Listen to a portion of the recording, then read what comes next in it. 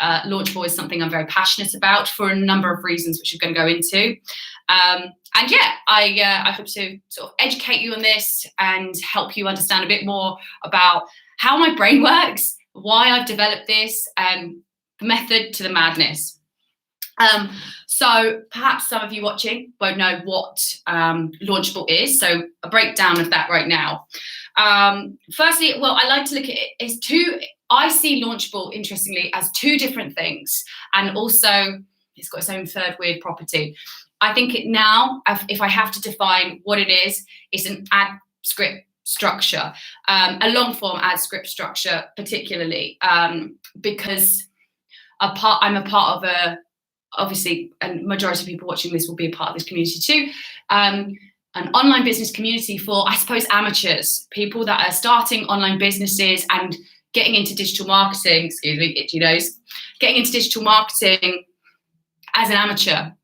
And so without the help of, I suppose, big copywriting departments or marketing departments, it's very difficult to, it's difficult to produce an advert that promotes and sells the product the way that we want it to, and to help us be profitable. So it's a script structure at the moment that's mostly used in terms of an affiliate marketing product that I'm affiliated with, which is free workshops that teach you the skills to get started with your own online business. But it's applicable in my book. Well, I see the big picture of it in that it's applicable to any form of communication where you would like to compel a person, or you want to engage someone or help them see something from a perspective. Because ultimately the script structure, what I have created or developed it for at least, is to look at a particular point from multiple different perspectives and then produce that into a cohesive formula. And there's a process of prioritizing what perspective goes first. And then there's a process of deepening that perspective, like how much of each perspective what must we look at in order to hit certain benchmarks to be compelling or to achieve what we want to achieve with the advert. So it's a script structure that is developed not so much in terms of this is the formula that will get you sales and make you lots of money, and it's not the magic pill script structure. I think of it much more in a philosophical perspective. It's a way of talking about a particular subject that provides lots of context so that the person receiving that information has a broad picture of what's going on. So it's much less about, even though the agenda is to get sales, it's actually much more about educating, and that I think personally that is the best way to get sales. So it's this process of it's a relationship between developing the story of a particular subject, which in my case is a product.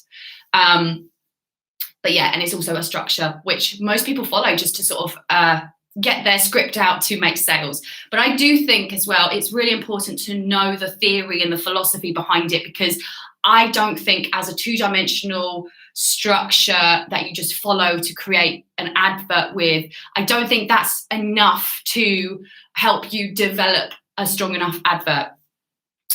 So yeah, it's a script structure. And then as you can see, with me talking about it a little bit, it's a philosophy as well. And now there's two elements of that. Obviously, the script structure itself has its philosophy of developing a perspective from multiple different points of view. So this is one of the reasons why I'm very much an advocate of talking about the product. The community, with like most people watching will be part of that community.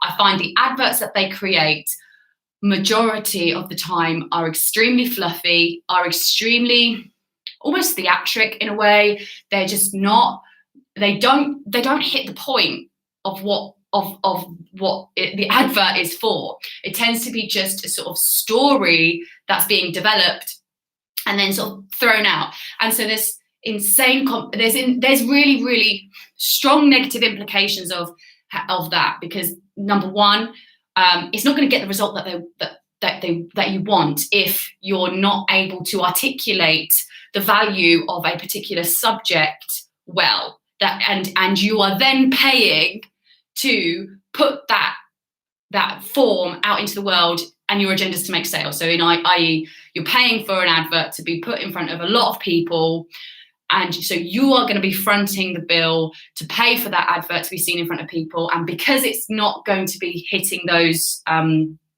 necessary touch points that it needs to hit, it means that you're not even going to get the repercussion, like the remuneration or the benefits that you want.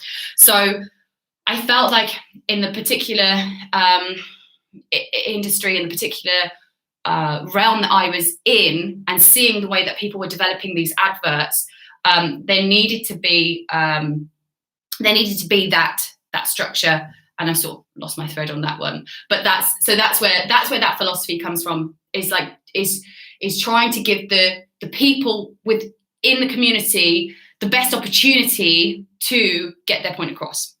But also it's a philosophy in that what I found really meaningful and purposeful in my life, actually, there's a lot of personal stuff behind this. I felt very inhibited by my perfectionism. So I haven't really touched on this for a while. I've kind of moved past this in recent, because I've been focused so much on helping people develop their scripts. But the name Launchable, the whole theory, the whole purpose of Launchable was its own philosophy, past the scripts, that focus specifically on the product, despite it being a little bit controversial based on the community I'm in. Everyone wants to talk about the dream and the pain and all that stuff. So that's got its own sort of thing. But the Launchable philosophy in itself, which I've sort of developed, and it's probably not even my philosophy. I should actually just, I should hold my hands up to this, because I'm pretty sure it must be ancient. To move forwards in spite of not being perfect. So that was this idea. It's like, and in terms of creating an advert, I wanted to make it launch worthy. Like you can, for multiple reasons. So, and that applies to also life as well. So for me, I had a particular issue with moving forwards in lots of areas of my life, particularly business as well. And I found that by adopting this less judgmental perspective of myself and of my work, I was able to move forwards. And what I found was that by moving forwards, I then received feedback, it created this positive feedback. And maybe the feedback wasn't necessarily what I wanted. Like maybe, let's just say in terms of an advert, maybe it wasn't a sale, or in terms of clients, like maybe I didn't get clients, or, in terms of building my audience, maybe I didn't get as many people as I wanted. But what happened was, just by moving forwards, despite me already having so many judgments about how terrible that step forwards was, by moving forwards, I then gained an element of feedback, which put me in a much better position than had I not moved forwards at all. And so I find that there's this insanely counterintuitive part in myself that inhibits forward moving progress. So for instance, one of the things I do now is like this lecture series, as you know, maybe some of you have noticed, I gave it about 3 days notice, because I decided I wanted to do it. Luckily, Dan Holloway is one of my best friends, and I sort of put the idea to him, and he's like, right, let's get it in. I was like, oh, normally I'd be like, no, I need to plan this. I need to mull this over. I need to do all these things. And that will never do me any good, because what I've come to learn about myself is there is no amount of fussing that I can do over a particular, especially when it comes to my work. So what I need to do is live through a new lens, whereby I can't get rid of my judgments of my work. I can't do that. I can't not be critical of myself. My own personal lens of the world is more tied to what I create than probably anything else. which is potentially why I'm able to help people, because I have such a strong connection to that creative aspect. But regardless of which, I'm never going to get anywhere unless I put stuff out there, despite the fact I do not like a lot of the things I create. It's just one of those things with me. I don't like anything I create. And I think I sent a blog post, or at least I wrote an advert. I do this. I think in adverts, I think in blogs, I think in things. And I honestly believe the first draft of everything is utter tap most of the time. And I sent this first draft piece of writing to one of my friends yesterday, because we're working on some emails together. And the response was this. And I was so surprised by this response, because it was just a first draft, and I was going, take this out, have a little read. So to me, it wasn't, well, I suppose it is launchable.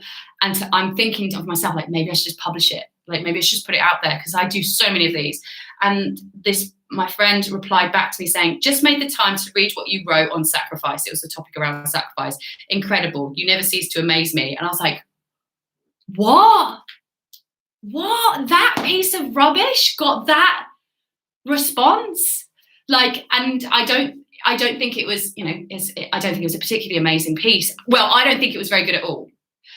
So it just goes to show, like, that feedback I got back, and this is someone I hold in high esteem as well. I hold this person in high esteem. I care about their judgment. I probably care about their judgment more than I care about my own, but my own dictates my actions way more than what a person who I hold in high esteem's judgment dictates my actions. So there's that negative consequence of being your own worst critic. And so that's what the Launchable philosophy was about. It's about getting stuff out there despite the negative critic in your head. And so for me, I am my worst critic. But it turns out I've got some value to add in the world. So that was quite a nice realization. So I kind of took this not just as this. It's now become a bit of a responsibility of mine to create and to put out there, because I found that I'm actually helping people. So the philosophy underpins a much more meaningful sort of bedrock for me, which is that being of value and being of service makes me experience more meaning in my life. And in order for me to do that, I have to overcome that critic in my head that inhibits me from creating, because it's through process of creating and having created things that I'm able to help. At least that's my perspective of it. So that's the sort of like intricate web of how Launchable was developed. So on the most superficial level, it's a script structure.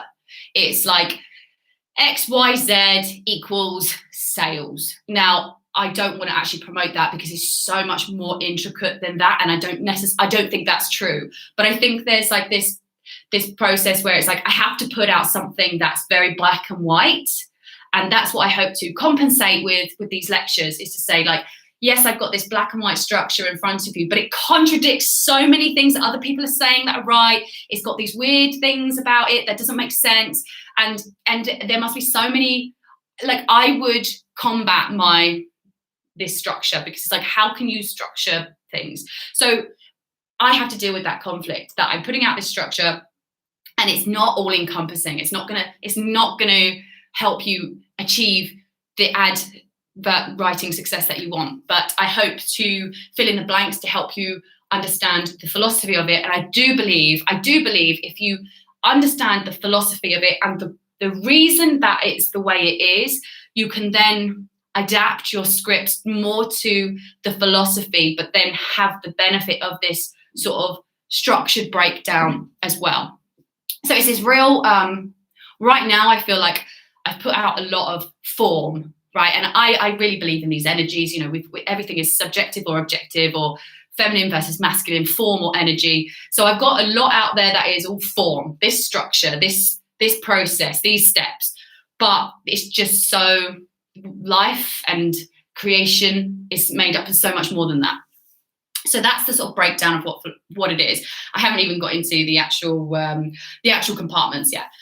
So I break it down into 5 compartments, and I suppose again, I don't think this just applies to ads. I think this just applies to any conversation in which you are trying to compel someone, or which you want someone to experience and see the world through the lens that you're seeing it through. And this is obviously very useful in sales.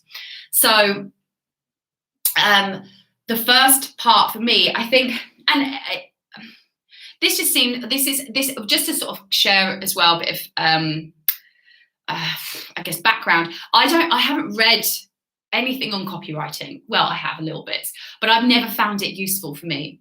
I read good literature. I read psychology, like genuinely read psychological papers, like scientific ones. I haven't got any science background, but I'm very, very fascinated in the workings of the brain. I read things like that. And for me, that's kind of, and also I think I rely on a lot of my own experience to sort of get this out. And I find that for some reason, I've been granted the ability to assimilate information and also read people, in that I can then compel them reasonably well and also teach the skills to do that. So, I mean, that's a bit of a tangent. Where was I going with that? Excuse me 1 second. So, well, I was going on where it's come from. So let's go to that anyway. Where it came from was, where was I going with that? I've completely lost my thread. This is terrible. Okay, so it's basically compelling people in this speech. Okay, I know where I was going. Okay, so it's the 5 compartments.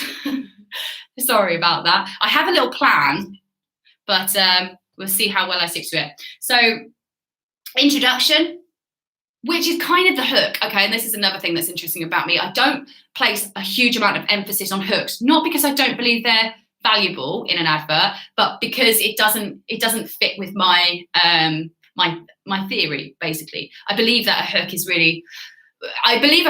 an element of the introduction section to an advert. And by the way, when I'm talking about this advert, I'm mostly talking to people that are the talking head adverts that pop up on YouTube, and I talk about their experiences. And majority of people, like, it's between the 3 to 5 minute version. So it's not like a short form advert, which I am actually working on a lot more now in more recent times, because it's a distilling of these ideas, and it's something I'd definitely like to explore with more people. But it's this 3 to 5 minute sort of script. So it's got the room for these 5 compartments, which I was just sort of talking about, which is introduction, relatability, I've got to rename these, tangible, legitimate, conclusion. So I just think it's natural to open with some kind of introduction and conclusion. And in terms of paying for adverts, it makes total sense to me to do that as well. And this is why there's 5 calls to action as well. So the introduction is to introduce the idea. It's kind of like, and I always relate it to when I was at university. Like, they always used to tell me, or in school, there's like, you have an opening paragraph where you lay out your idea. It's the elevation pitch. You have to give some form of context and some form of just relevant information immediately that they can absorb and ground themselves into the rest of the script or the story. Now, there's some actual advertising benefits of this. So we all have, if you're advertising on YouTube, you've got the 30 seconds, which are free, and you've got 5 seconds to capture the audience's attention before they click off. So what happens is then that introduction gets expanded out a little bit, because it has to achieve certain things with an advert that it might not have to achieve for, a paper or whatever, but it's still essentially your elevation pitch. So it's like, it's got this, there's a strategy to the introduction, which is to get as much information out as possible that is relevant without exploring the ideas. So it's very like surface level. And therein lies a hook. And I think a good hook, like a really good hook for an advert, is one that's relevant and useful and attention grabbing. It's not just attention grabbing, and it's not just relevant, and it's not just contextualizing. It's all of those things in one. So I think that's what makes up a really good hook, which is typically why I don't do a lot of work on hooks, because I actually do believe that it's an advancement of the script structure. And the way I kind of relate this is that a hook is an anchor, a script or an advert is a boat. A boat can function without an anchor. An anchor has no purpose without a boat. Now, that's controversial because hooks have a significant relationship to the success and viewability of an advert. So there is no part of me that's saying a hook is irrelevant. I'm just saying it's advanced. So what my strategy is to teach people to get the whole boat in place, get the whole substance in place, because there's another functional purpose for that as well, is once you've done that, I derive a hook from the script often. I wonder if I did this yesterday with one of my clients. I actually, in the editing of the advert, I isolate this moment where they're talking and it's just really impactful in that moment, and I'll cut it and I'll put it at the beginning, because I think I think the most gripping hooks are when you are dropped in it at the very, as soon as someone's talking, there's no introduction to the idea. It's just you just start talking, almost like it's like a bit of a third of the way through the sentence, but where it first makes meaning. And I'll try to give you an example soon. And I think those are really powerful hooks. And for where we're at as advertisers, they are the best ones for us, because we haven't got this copywriting team, because we haven't got lots of props, because we haven't got that. I think the easiest hook to develop is one that just comes out of the ether through the delivery of the script. So that's why I don't typically go into hooks, not because they're not important, they are very important, but it's because they are an advanced strategy, and the most important thing is to get the script down. And if you do that, you have this real interesting opportunity to derive a hook from that. Plus, I think the most important thing for a hook is that it is contextual, and it is it's relevant to what you're advertising. So an example of this, I think one of the best hooks ever, one of the best hooks I've ever, and I worked with Danny Ham on this hook. It was so good. And he said it to me one day. Again, we didn't plan this. He said it to me one day and I said, "That's your hook." And he actually didn't listen to me for a while, and I had to keep shouting at him for it. And it's now a successful advert. You don't have to be a porn star to make money online. You could do this with your clothes on. Right, that was the hook. You don't have to be a porn star to make money online. You can do this with your clothes on. It's so relevant to what he was promoting, which is how to make money online.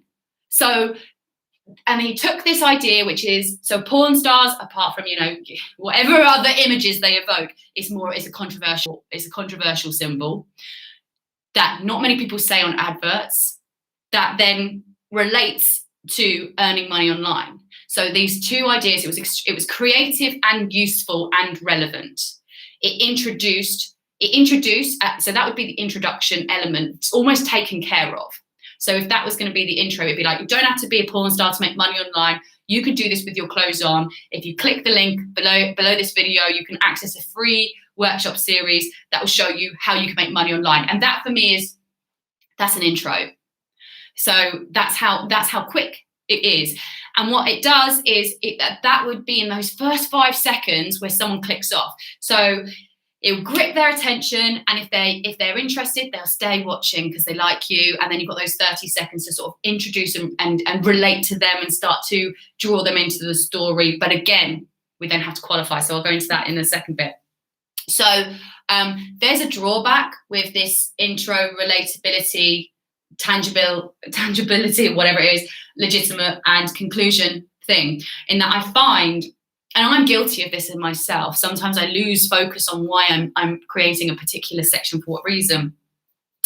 I find that a lot of people they attribute and they put analysis into the first section.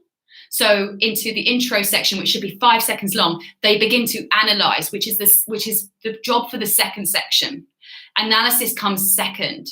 But what happens is you say, so here would be an example. We say, you don't have to be a porn star to make money online. You can do this with your clothes on, just like loads of people are who are experiencing problems in their jobs and who haven't been fulfilled in their work and want to find new ways to make money that supports their lifestyle. So click the Access Now button to receive the 3 workshops. That would be much more in the relatable section, because it's delving into the implications of the problem.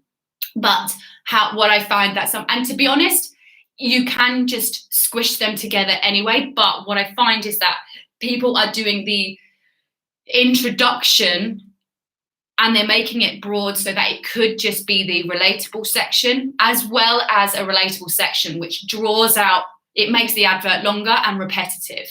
So that's a real hard balance. And I have found, and if this is something that you're experiencing with your adverts, if you're using the launchable structure, this is a drawback. And I'm addressing it just by sort of like sharing with you. The intro should be really like 5 seconds, maybe 7. Like, you don't have to be a porn star to make money online. You could do this with your clothes on. Click this link to access free workshops to learn how. Yeah, I reckon you could get it done in 5 seconds. So if it's longer than that, you're in the realm of expansion, which it needs to be dealt with in the next section. So that's where the first call to action is qualifying. It's quick, it's talk about what it's talk about. However, you can amalgamate those together so that the first call to action doesn't happen after the first 5 seconds. It comes at the first 30 seconds. But I really, really do try and encourage the first call to action to come at the 30-second mark. By the 30-second mark, you should have really, if you haven't got a call to action in the relatable section, it has to be in the first 30-second mark. So intro, relatability. Anyway, so that's the drawback. Do not repeat the same information in the intro as you do in the relatable section. The relatable section is now an expansion of what you put forwards in the intro. Let me just check if we're doing time. Cool, we're doing good. Okay. The relatable section for me is the implications. Okay, so let's just play this out and maybe what another good hook would be. So I've got an advert that's running right now, which is the traditional way of working is obsolete, outdated, and inefficient for your life. That's kind of my hook.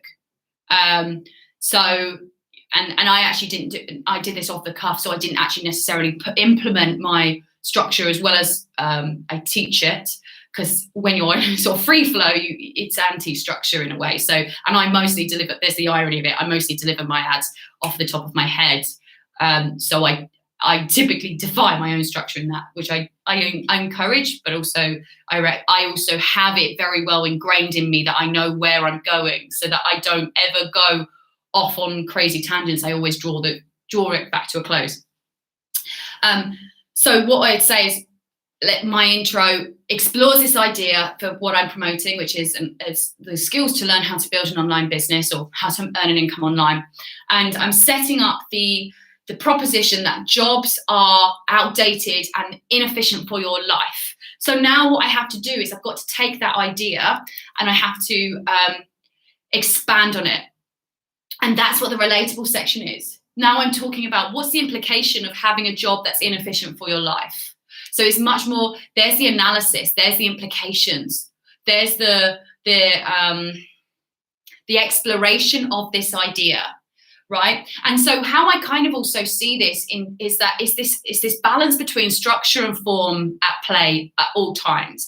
And what we want to do is we want to lend ourselves to a bit of exploration, which is untethered. It does not fit with the structure, but then we pull it back in. And what I find in particular with the amateur ads is that they go off exploring and then they get lost.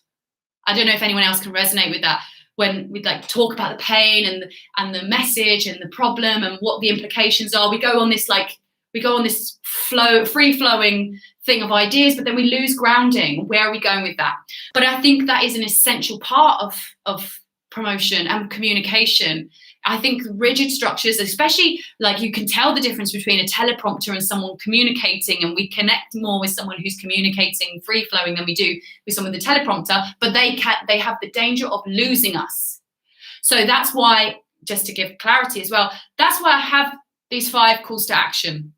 Theoretically, the launchable structure could work without the 5 calls to action. However, I find that they're extremely useful technically in lots of ways. Firstly, they are telling someone to click, and you know, whether that's compelling or not is irrelevant, but they might actually click. So it's not gonna necessarily, I don't think it would perform negatively on their response.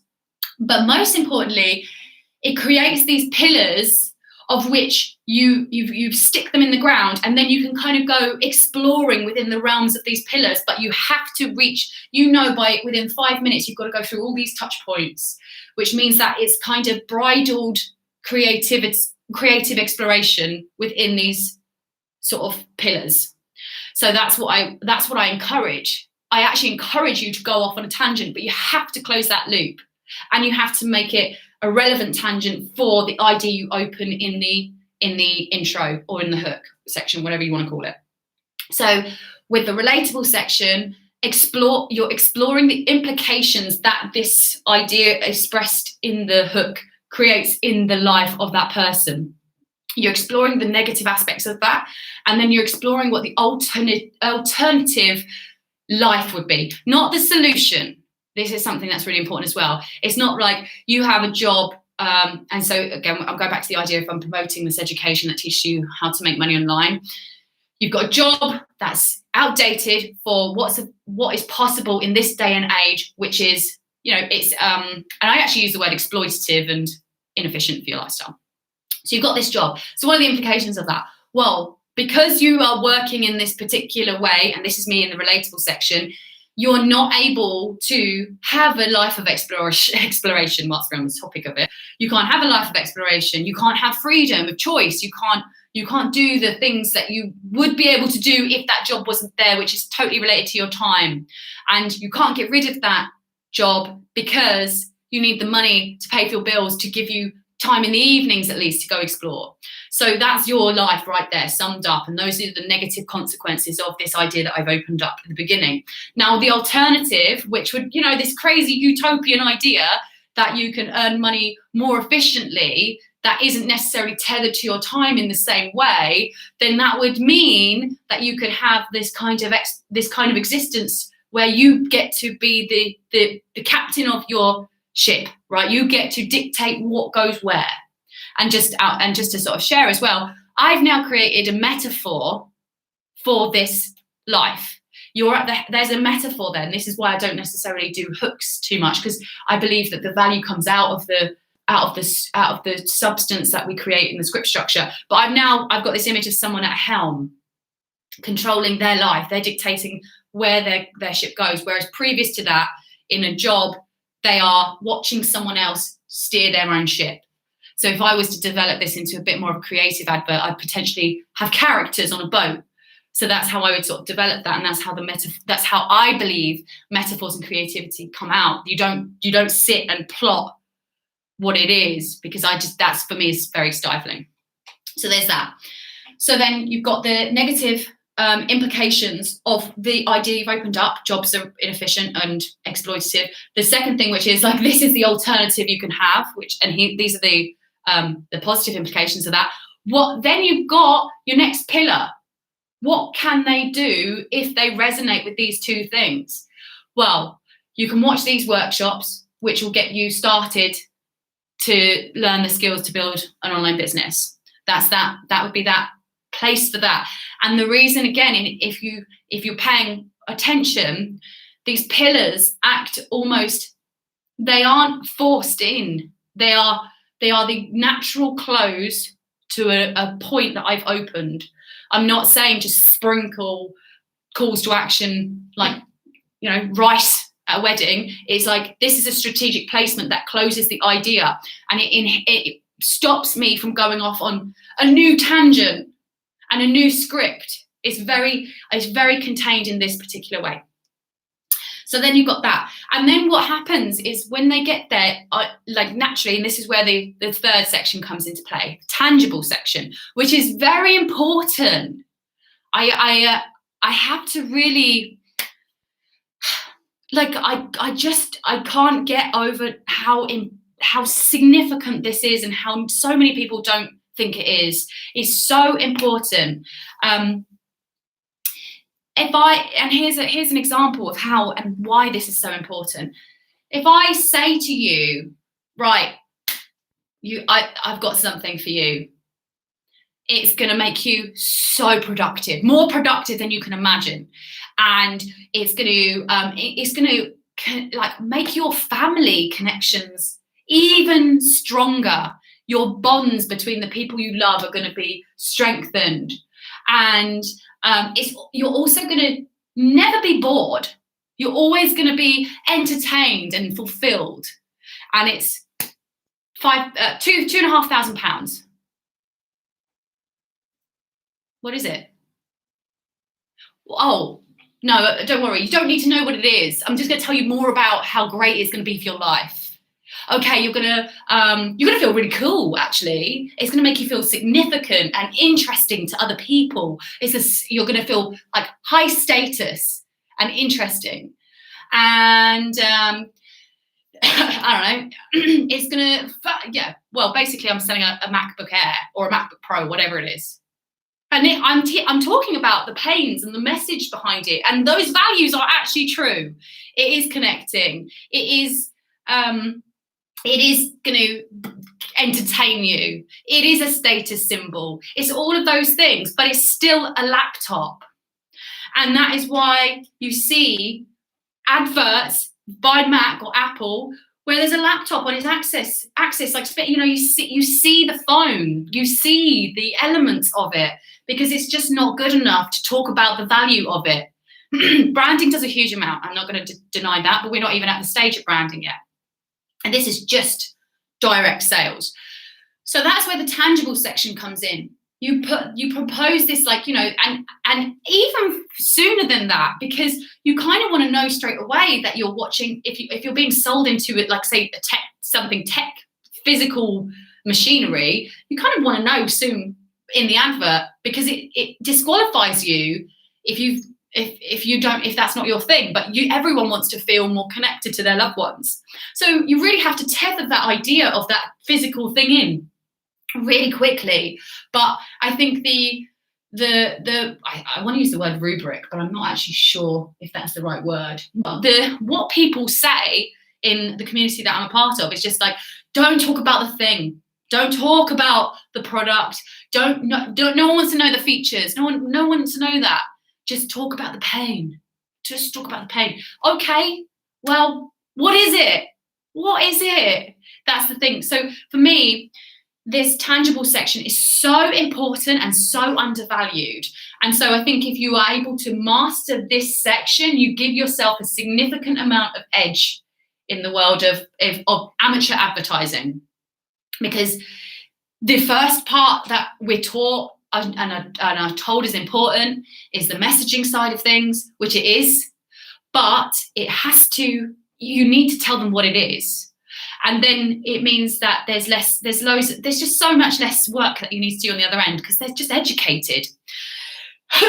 Okay. And so what's happened recently, and here's a drawback of this section as well. There can be feature dumping, and that's not really relevant. There has to be analysis applied to it as well. Like, why are these features relevant for this advert? So let's just say I'm talking about MacBook Air, and here you can see there's so many different things, like a MacBook Air, whatever, MacBook or a laptop, whatever. There are so many different pathways in of the value.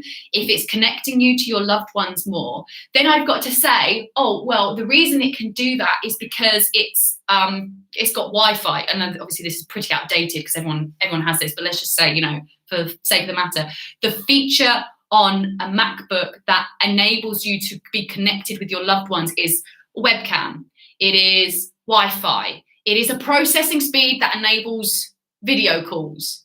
So those are features that have a benefit to the message, right? But the fact that it's Chrome, or the fact that it's, I don't know, whatever those other features are, they don't necessarily relate to the need of the person that you've introduced at the beginning. So it's like selective features depending on the message that is coming in. And a lot of these features might even like cross over. So if you think like, okay, well, what if it's about productivity? I want to be more productive with my life. That's why I need a laptop. Well, it's got really fast processing speed, which means that you can handle lots of tasks all at once. And it's also got a webcam, which means that you can be in the office as well as at home. That's pretty productive. So we've taken these two features and we've adjusted them to match the pain that we are assessing. So that's why I also have these 5 calls to action. It's stepping stones. You're laying a path down, and they each lead onto each other. So that's that tangible section. Now, the drawback of this, again, is feature jumping. You could just chuck everything in there and it's like, we think you've done a good job. It needs to have that analysis.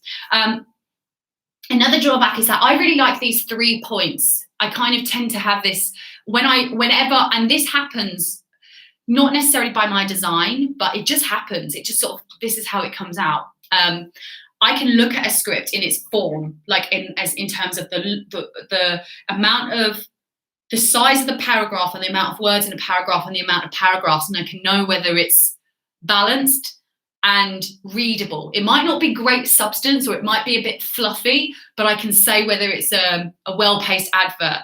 And for me, it breaks down like within each compartment, we're addressing 3 things in each compartment. So the first compartment, well, each of them is going to be, now I've got to solidify this more, because I have actually got a different way of relating this on the landing pages and really should have congruence. But it's this idea, there's 3 things going on. There's the abstract going on. Well, maybe I won't go there. Problem, solution, call to action in every single paragraph. So like we say, well, obviously you don't have to be a porn star to make money online isn't actually saying that your problem is this. It's suggesting a problem. It's suggesting like there's opportunity. You might believe there's no opportunities for you to make money online. That's kind of what the breakdown of that metaphor is. Like, you don't have to be a porn star to make money online means the person watching believes that opportunities online are limited and unavailable to them. So that's the problem it's really putting out there, but it's obviously creative and made into a character, I guess. So the next thing is there are loads of opportunities to make money online actually, and like they're probably available to you. So click the link and get these free workshops, which will teach you what possibilities are available for you online. So the three underpinnings are problem, solution, call to action in every single part. So then, so what tends to happen is each paragraph within each section so the relatable section I use in Google Docs. I wonder if I've got any sort of, no, I can't get that up right now. I might try and get Katie to do a snazzy overlay of this in the editing. In Google Docs, I have font size 11 in Arial, and in, let's just say, the relatable and the legitimate section, and probably the tangible section, but that's the one I need to develop the most. In the relatable section, 4 lines at size 11 in Arial is starting to get a bit on the lengthy side. If you have not introduced the problem and the implications within about 3.5 lines, then you're waffling, or you're not getting to the point. And then the next paragraph will be the solution. What's the alternative life? What's the alternative world that they could be experiencing? In, again, around 3.5 lines in size 11 Arial, and then the call to action. And when you look at it in a form, they look almost identical in size and length. It seems very uniform, and it's so balanced in the delivery as well, especially if it's actually like tied together.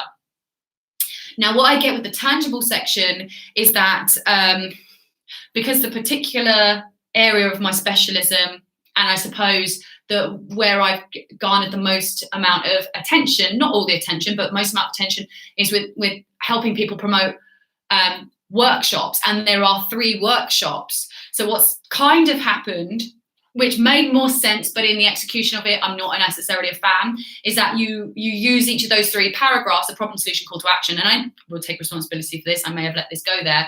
And they're breaking down what's in each workshop, because in that section you are breaking down the tangible elements of the workshop. And so if there's 3 workshops and you're supposed to have 3 paragraphs, then it makes sense to break them down in that way. I think that what that's done is it's taken away the responsibility of analysis. You don't have to analyze the value of what is in the entirety of the 3 workshops for that person, because you can just analyze them as individual sort of workshops. Like the first workshop talks about affiliate marketing as an opportunity to get into the world of online business, because you don't have to have a product or service already, which defies, and here's where the analysis would be, it defies what people believe about starting a business, which is that you need to have a product or idea. So there's one thing. So relating, but then if I've started my advert about jobs are inefficient, outdated, and not good for your life because they're exploitative and you have to spend all your time at them, which means you don't have any freedom, I've then got to use this tangible section to say how the elements of these workshops help someone live the life that they want to live as outlined at the beginning. So I would say, what are the elements that I've got at my disposal in these workshops? And one of them is, so it's affiliate marketing, but then again, what are the benefits of that? Okay, you can get started. It's a low barrier to entry. You can get started, sort of low upfront cost, and you don't need your own product or service to get started with. Why is that useful to that person? So what, and then I can also, like we said earlier with the features of the MacBook, I've got this maybe making that up, the thing in the middle of a helm. You've got all these little spokes that come out, which can create a different message. And that is why I say the start of the message is the product. It is not the message. It's not the avatar. The beginning of your advert has to start from what the features are, but you have to apply analysis as well, because otherwise no one's interested. But then you could say, well, another benefit, I don't know, I can't even think. So, okay, so for instance, let's take the porn star advert for a second. If the problem proposed in the porn star ad is that if you might think it's difficult to get started, or it's not possible for you to get started with an online business, but the argument is that it is possible to get started with an online business. The benefit of affiliate marketing is that one of the barriers to entry that you might be experiencing is that you think you need a product or service. You don't need a product or service, and you don't need to be a porn star. You can just be a normal person.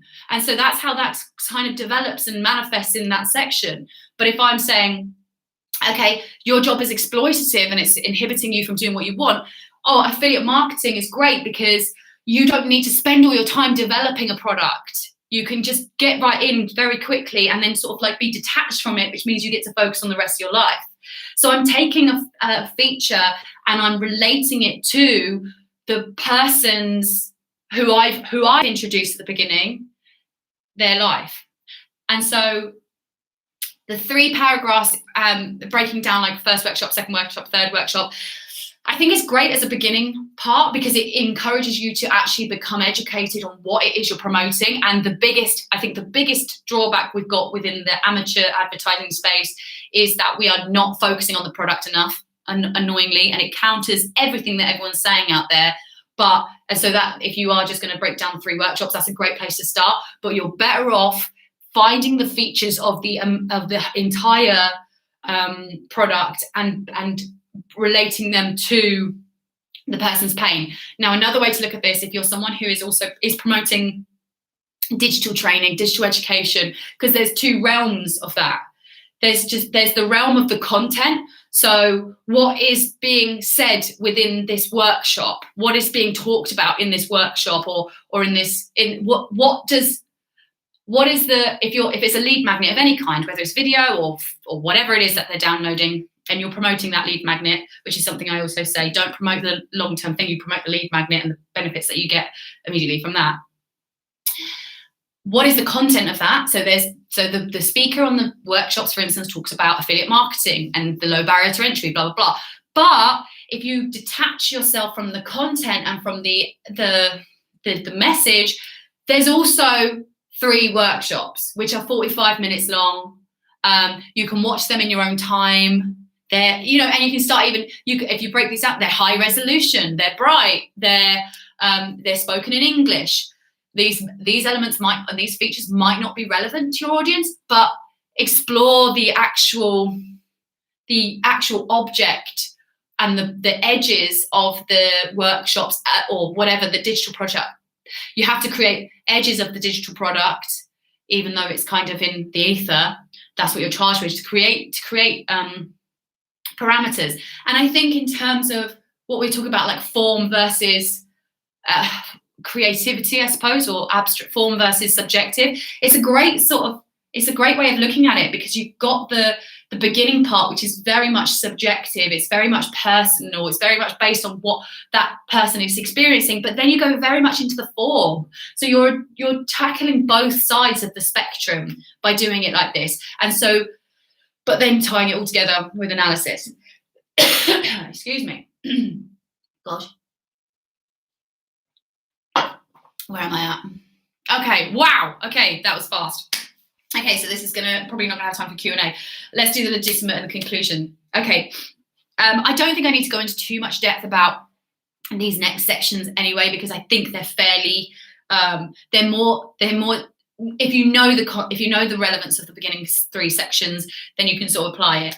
But the point of the legitimate section, and I've had some things where it's like, do you use your own experience, or do you use a testimonial, or how do you do this? It's just what you're doing, and this is kind of why I see it in terms of how I was at university, or how I was taught in school. I don't know if anyone else was this. I was taught as like a 7-year-old to pee all over my page, which is point, evidence, explanation, and that's kind of the format of this. I think this is more actually, well, the point would be like learning how to build an online business can be better for your life.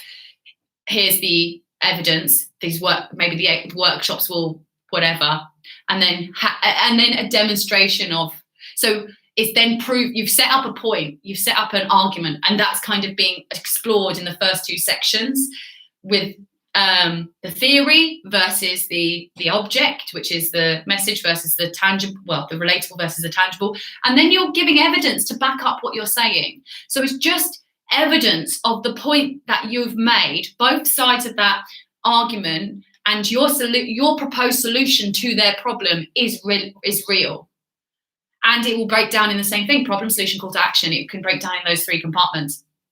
How you do that, right? There's lots of ways. Kind of like the hook is a tactic within a wider strategy.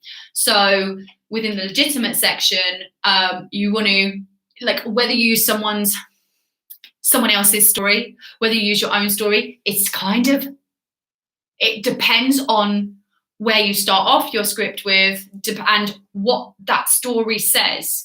So again, you have to make it relate. And whether that's your story that's more relatable or someone else's, that's kind of dependent on you. But a testimonial or personal account, they kind of both fall under that. Right, so the personal account and the testimonial, maybe even reviews, I guess, like if you've got like Trustpilot reviews or something like that, or even like the fact that, let's just say, this company is partnered with someone who's a huge authority. Let's just say, so the particular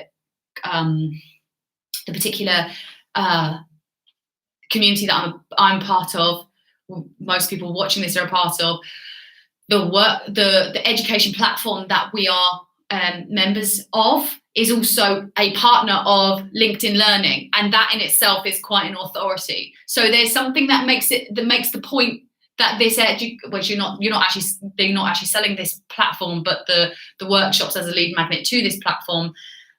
So I wouldn't necessarily use that, but I mean, again, these are things that are up for your own interpretation. But under this legitimate section, you have anything that suggests authority to the point that you've laid forth, and the stronger the relationship between the story or anecdote or evidence that you're providing. And so there's a few things you want to achieve. You want to achieve relation. So if your personal account, so if I'm saying jobs are obsolete, they're ineffective and not useful for your life, and I say well, I know this because I was working in this way and it created these negative implications for me. And now I have learned the skills that enable me to work this way, let's just say.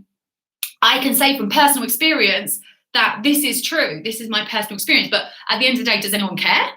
Am I believable? Probably not. Maybe. Who knows? It might be enough. It might not be. That's what you have to weigh up. So don't believe me, and maybe you would want to go there.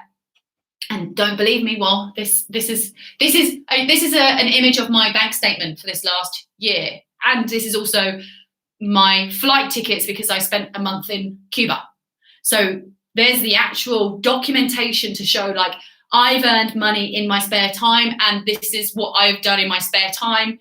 Now, do you believe me? Right? It's like it's demonstrating that the point you're putting forwards is true, and here is evidence to back that up. Personal account to me, when I'm talking this through, I'm like, it doesn't sound hugely compelling because they don't know who I am. So that's when names come into play. That's when, like, multiple names come into play. Okay, we'll take this person, take this person, take this person.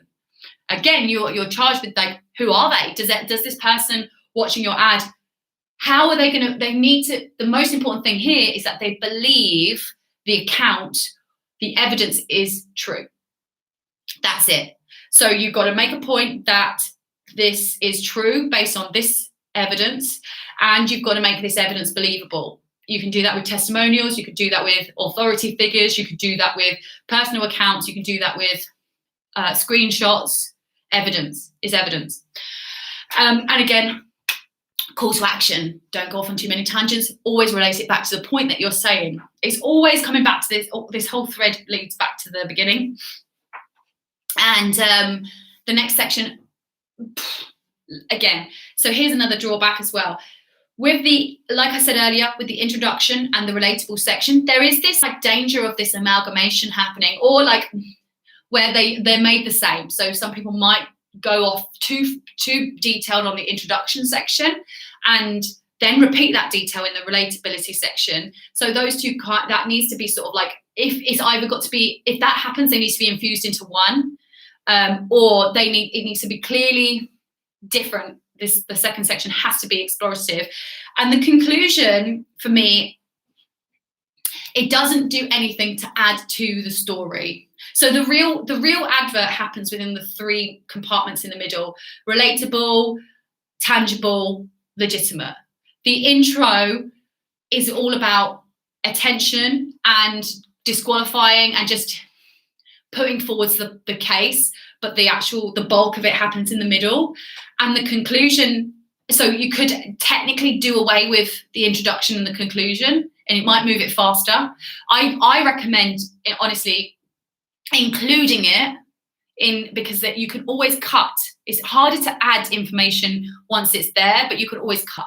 So I think, just include it, but then when you're watching, if it feels long, chop away from those two edges and you'll get to the substance faster. So the conclusion is no different. And also after the legitimate section, again, it's like, if I'm setting up these things, I go, okay, so if you believe the story that I'm telling you, click this link to get the whatever. And then the conclusion is about, what I see the function of the conclusion is a few things, especially in this space that I'm in, this amateur ad space. Once you're paying for their view, and I will have to cross-reference this, but so far every time I haven't actually researched this, but I'm led to believe this, that after the 30-second mark, once that person is watching your advert, you're not paying any extra for them to be on there. You're not paying any extra. Once they're on there, that's it. So for me, why would I try and make it shorter? The longer they're on, so I want to get them to click off as soon as possible once they're educated enough, because then it qualifies them. But once they're watching, it doesn't cost me anything extra for them to click off, but it also doesn't cost me anything extra to keep them on. So why am I going to stop the advert prematurely? Why would I not continue to keep educating them until they have clicked off themselves? To me, it doesn't seem like a good strategy if someone's paying to watch me, or I'm paying for someone to watch me, and at any point they could be sold into the idea, or sold. why not keep them there forever until they either click onto what I want them to click on or click off on their own account? Doesn't make sense to me. But we're sort of taught, or we believe like, oh, it's too long, the advert's too long. I honestly don't think there's such thing as too long. I think there's such thing as repetitive. There's a point where you're not adding more value, and so now they're bored and they're going to think negatively about you. But I mean, if you look at this lecture series, I believe, or this lecture, I've not really repeated myself much. I've consistently added new realms of information that you're learning consistently and you're continuing to learn. And if I had calls to action dotted all throughout this, then why would I stop it earlier? If I can continue, I can just carry on until everyone just slowly drops off, and then I've completely utilized the views, right? It's complete. I've utilized everything. And so potentially if this was me promoting my services as a consultant or a coach, I could have these calls to action throughout, and I'd be expecting clicks every few minutes to book one-to-ones with me or book calls with me. And why would I stop that until I've reached my quota? And if I don't have a quota, then surely I would just wait until everything else came off. Okay, so that's the theory behind that. I think I did go a bit repetitive there. So the conclusion for me, in terms of what it does to add value, it doesn't add value in the sense of content. There's no new information being brought up in the conclusion. There's nothing there. What it does is it lets them know that, for me, this is the function, the primary function. It doesn't end it jarringly. So let's just say they're really immersed in your advert. They're engaged in what you're saying. They're interested in you. They like you. And then all of a sudden you finish your legitimate section, you close. They're like, they scramble to click, right? Maybe they're not. They're like, the fact that you end it quickly jars them and they don't click. Those are like really delicate forms. So what I believe the value of the conclusion is, which is kind of similar. I also want to wrap it, especially if I've got an abstract opening. I'll go into that in a second. I want to kind of share with them, like, my points are over now. I've made all the points that I was going to make. So we're now drawing to a close. So if you are immersed in what I'm saying, then you need to stop being immersed in it. And this is now where you take action. You either leave or so I'm trying to give them the context they need to make a decision. Because if they're really immersed in me, which I'm hoping they will be, they won't want to necessarily click off. They'll want to stay engaged. So I have to tell them, right, you've now got to make a decision. I look at my stats. I think, a few percentage of people stay on till the end. So it's like, if you start racking up hundreds of thousands of impressions or views or whatever in your ads, I think Dan Holloway had 60 million views on his bar ad. So, a few percentage of people at the end, that's pretty significant numbers. So I want to let them know that they can't loiter here anymore, and they're not just going to stay, they're not going to be engaged for much longer. So then I summarize. Another thing I do is you just close that loop as well at the beginning. So as you can see from all the evidence I've laid out, you clearly don't need to be a porn star to make money. You can do this with your clothes on, as I have set forth. So now is your chance to click, because I'm about to leave. So that's what I believe the relevance and the functionality of the conclusion section is. So that's that sort of whole thing done there. Okay, I wasn't expecting that to be so long an explanation. Drawbacks. I'm going to go into I'm going to simmer this down myself. Drawbacks, obviously, there are so many ways to skin a cat. I see the drawbacks in the script structure. I see how it contradicts what other people say. R5 calls to action, is that a bit excessive? In my books, no, it's not excessive, because if I keep someone on an advert for an hour, I would have 50 calls to action, because again, I pay for them to watch. That's my money. I want to get as much value out of that view as I can. So for me, there's no such thing as too long. There's not interesting. there's boring, and there's also not too many calls to action if they're strategically placed and they each define different topics or compartments, because then it's continuously interesting and engaging, and also continuously giving them an opportunity to click. However, I have received criticism because it's too pushy. I don't believe it is. I can see why people would say that. I don't disagree. I just don't. I think it's all in the execution of it. So there's that. Yeah, I think as well, you're never going to write a brilliant advert with just a structure. I don't care what anyone says. There is no formula to end all formulas. There's no structure to end all structures. And it's actually insanely difficult for me to put this structure out and be like, this is it.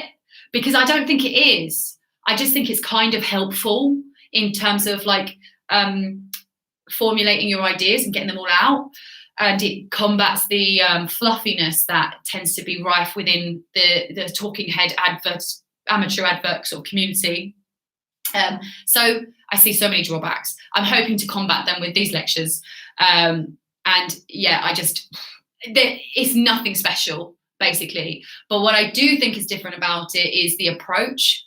I think that is genuinely where you're going to get the best success, is the way that you approach it in terms of agendas, objectives, what are you trying to achieve with each of these things and how do they all come together? So in terms of the structure itself, I don't think it's particularly revolutionary. I don't think it's even particularly great. Like, it's just I'm pretty sure it was what was used on cave walls. It's just a storytelling sales structure. I see it everywhere.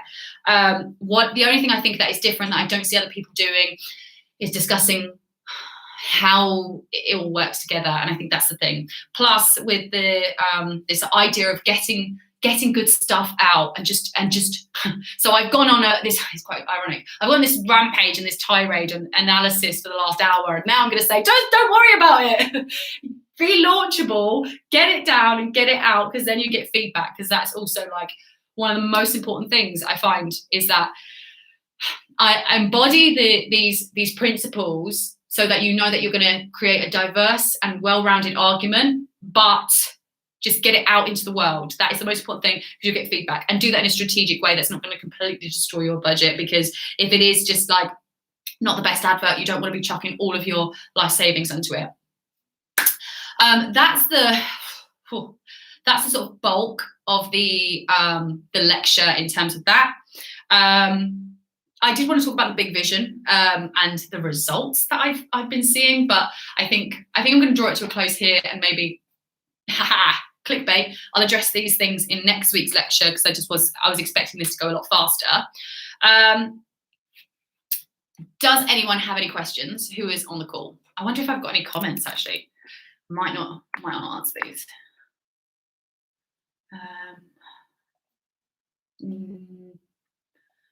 Oh gosh, got lots of. Yeah, I'm not going to be able to manage the Facebook group comments as well. If there's anyone on the call right now, out of you lot who has any questions, now's the time. Sandra, hi.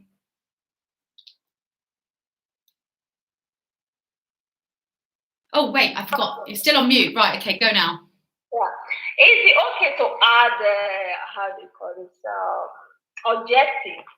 Because we have a lot of people, they are agreeing with the lifestyle that we are talking about. Everybody wants it. Everybody wants to end while they sleep. They want to end while on vacation. But why are they not taking the offer? The fears, the reasons. Is it okay to talk about those things? Because I have them on my art, talking about how scared I was before I took the step. So, is it relevant?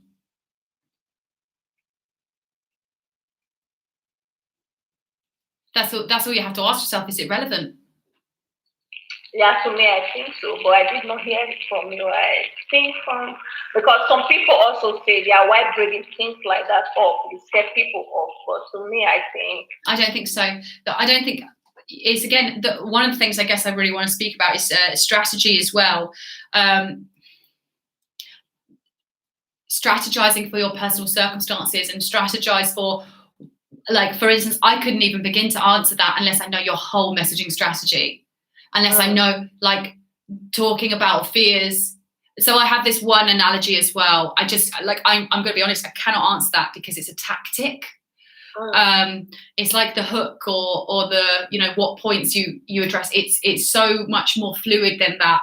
And I always use this idea, like, if you've got bow and arrow and I'm going, right, well, if I like pull these feathers out at this end of my arrow and I want it to spin in the air and I really want it to connect with this, and this is how I think it's going to connect, but I have no idea where the target is, it's irrelevant.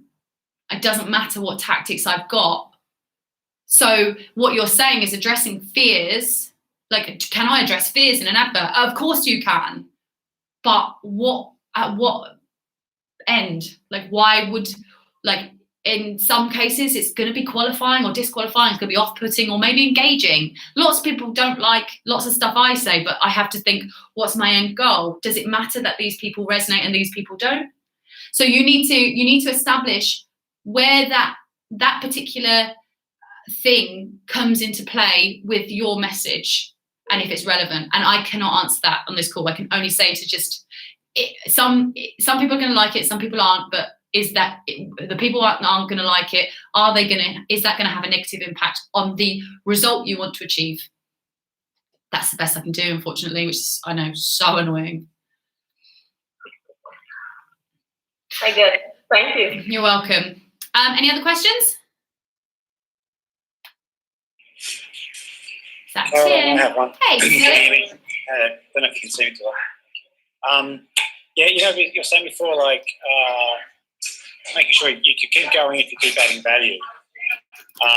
My thoughts on that is like, do we wish to keep going, keep adding value, and keep adding value? Could we be stomping on Stuart's toes, if you know what I mean? Because like a lot of other methods have been saying, your job is just to drive traffic to the workshops, because Stuart is a much better salesman than any of us. So, is there a fine line between adding so much value that you need to start saying, okay, well, the first one's about affiliate marketing, and affiliate marketing is, I'm trying to do an overview, you're adding value on the ad, give you a bit of an explanation, but then should we just be shutting up and actually letting Stuart do that instead? You know what I mean? Is there a risk of that, or can you think of other ways we can give value without stomping on Stuart's toes? Well, to be honest, I think there's something that you pulled up that's really useful, but sometimes shutting up is giving value. Like, sometimes people don't want to listen to you, or as well, sometimes you keep leading the horse off and they're going to keep following, and sometimes you have to cut the reins. So I think that's a really good point.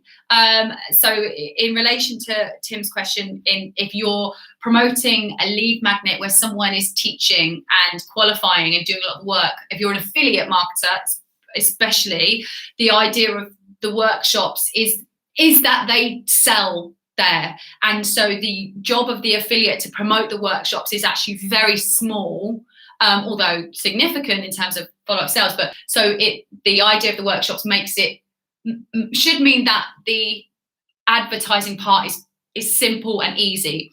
And so what you're in danger with is if you can continue to talk for, let's say, an hour, then what's going to happen is if they do click and they do get the workshops, maybe they're going to be bored because they're like, well, I've just learned all of this. So what's new? So yeah, that's totally relevant. It's also very hard to actually go into that much detail. So I mean, I don't actually see anyone doing. I think I've seen once or twice an hour-long advert, but I don't think I made it very far. And they are going to see that. They see how many minutes these ads are. So that's something to take into consideration as well. I suppose that's debunking my theory, right? I theoretically, in terms of finances and in terms of engagement, cannot see a literal reason why you wouldn't keep them on that advert. But then in terms of your strategy, what are the next steps? Are they going to be bored in the workshops? Are you going to over-educate them? Are you, stomping on the next person's toes if you're filtering them into a funnel? It depends. It just so depends. If I could keep their interest for an hour on an advert, and like I would then be clarifying, like, these workshops cover this, but I might as well give you this as well. So, and I could potentially go through this whole process. If I maybe I'll try this. Maybe I'll try and do an hour-long advert. I don't suspect it will go very well because I don't think people are not selecting to watch you for an hour. They're selecting to maybe watch someone else for an hour. So they're waiting for their next video. So I don't suspect it would do very well. But I guess if I was to do it for an hour, I would be qualifying that I'm repeating what's going on in the workshops. And I would also have it in my mind that there's the webinar as well. So there's like the thank you page, and maybe on the thank you page, well, then you can't even determine how much. Yeah, so there's a lot less control as well, because you don't know how much of the advert they've watched. So you don't know how educated they are. Whereas if you create a 5-minute advert and they're in your emails and they don't open any of your emails or go on the thank you page, you know how educated they are. So you can then sort of tailor make the rest of your content to address that. Whereas if you have like an hour-long advert, there's no way for you to know how educated they are. So it does actually leave, I guess it would leave a lot up to interpretation, which might not be valuable. But it's cool. I really like that question. Like that exploration of like ideas. I did see, I think it was Amazing Selling Machine, I can't remember what it was, but yeah, I did see once an advert that was like an hour long. I clicked off it straight away. I should have probably watched it to see what it's about. It would have been good research. So yeah. Any other questions? This looks, well, I hope that's because I have taught you everything you'll ever need to know, ever. And there is now no questions left at all. Life is solved. The world is good until next Tuesday, when I'll be, well, gosh, I was planning to delve into the relatable section next weekend, but I think I've done a good job, or next Tuesday. So I might have to rethink how I'm going to do this lecture. But yeah, next Tuesday. Good Monday. Good morning. What about Monday? Pardon? Monday. Tuesday. Tuesday is the messages call. But yeah, so gosh, I might have to replan that. So I covered a lot of ground in this one, which I wasn't expecting to. But yeah, hopefully see you next Tuesday for the second one. And or Monday or Thursday. I've got all the calls, starting to build these out. But yeah, thanks guys. I'm amazing that you all stayed. I love that. I would love some feedback as well. I love this kind of thing. Firstly, I like delivering it. I love watching and listening to these things as well. So I would love it if you guys can share feedback on how you experienced it, and whether it was useful, whether it was just entertaining, anything you want to say. It'd be really great, so I can continue to do my bit and do my responsibility. Okay, I'm going to end it there. Thank you so much. You guys have been fabulous. See you all soon. Bye, guys.